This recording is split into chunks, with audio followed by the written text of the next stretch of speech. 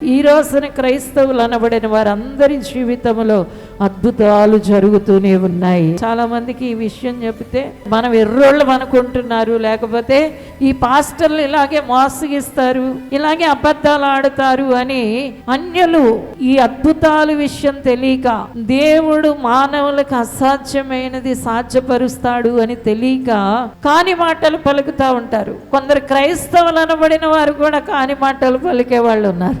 ఇంకా విచిత్రం ఏంటంటే కొందరు సేవకులు కూడా ఇలాంటి మాటలు పలికేవారు ఉన్నారు. కానీ దేవుడు అంటున్నాడు, నా ప్రజలకి నేను అద్భుతాలు కనపరుస్తాను.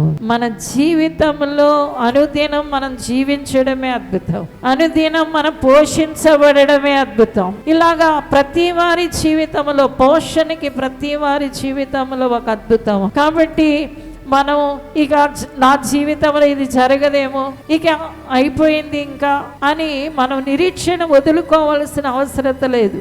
అందుకని యేసుక్రీస్తు ప్రభులో క్రైస్తవులకు ఒక శుభ నిరీక్షణ ఉంది.